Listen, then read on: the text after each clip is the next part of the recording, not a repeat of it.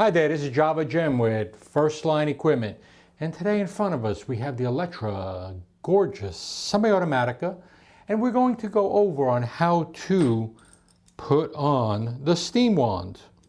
Okay, here at First Line we actually inspect and test every single machine that we sell with water, just to make sure nothing happened in our warehouse, make sure no damages occurred. Sometimes there's a vacuum pocket in the pump. We need to make sure we clear that so you have a better experience when you get a machine here from First Line. Oops.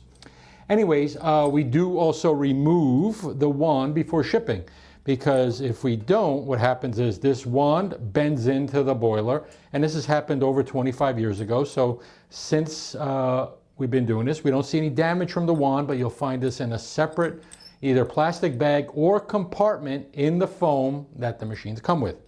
Now, once you get a hold of this, you can just turn this onto the threads and hand tighten.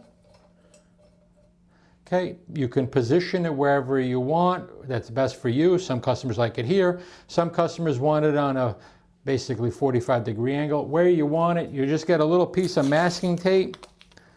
Okay, put it over that holding nut. Get your crescent wrench.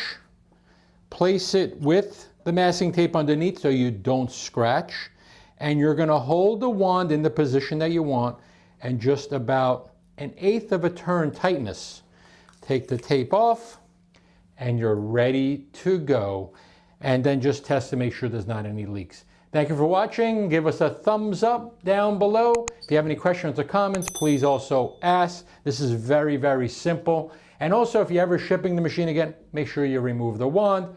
As I always say, this is Java Jim with First Line Equipment. Oops. Coffee first, everything else second.